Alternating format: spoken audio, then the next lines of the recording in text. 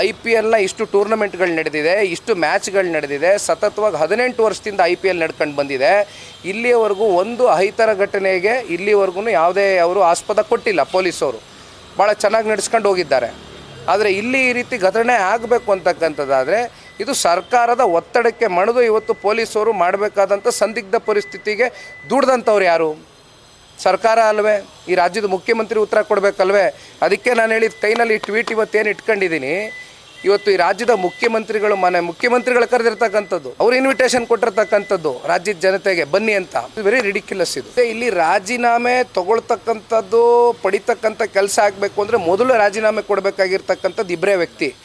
ಈ ರಾಜ್ಯದ ಮುಖ್ಯಮಂತ್ರಿಗೆ ಪಕ್ಕದಲ್ಲಿ ಅಕ್ಕಪಕ್ಕ ಕೂತಿದ್ರಲ್ಲ ನಿನ್ನೆ, ಒಂದು ಕಡೆ ಗೃಹ ಸಚಿವರಿಗೆ ದಯಮಾಡಿ ಬೇರೆ ಇನ್ಯಾವುದಾದ್ರು ಒಂದು ಇಲಾಖೆಯ ಒಂದು ಜವಾಬ್ದಾರಿ ಕೊಡ್ತಕ್ಕಂಥದ್ದು ಸೂಕ್ತ ಅಂತಕ್ಕಂಥದ್ದು ನನ್ನ ಭಾವನೆ ಅಲ್ಲ, ರಾಜ್ಯದ ಜನತೆಯು ಭಾವನೆ ಹೌದು. ಕಳೆದ 2 ವರ್ಷದಿಂದ ನಿರಂತರವಾಗಿ ಇವತ್ತು ಲಾ ಆ್ಯಂಡ್ ಆರ್ಡ್ರು ಎಲ್ಲಿಗೆ ಬಂದು ನಿಂತಿದೆ ಅಂತಕ್ಕಂಥದ್ದನ್ನ ಅನೇಕ ಪ್ರಕರಣಗಳು ನೋಡಿದ್ದೀವಿ. ಹಾಗಾಗಿ ಒಂದು ಕಡೆ ಗೃಹ ಸಚಿವರು ನೇರವಾಗಿ ಹೊಣೆಗಾರಿಕೆಯನ್ನು ವಹಿಸ್ಕೋಬೇಕಾಗ್ತದೆ.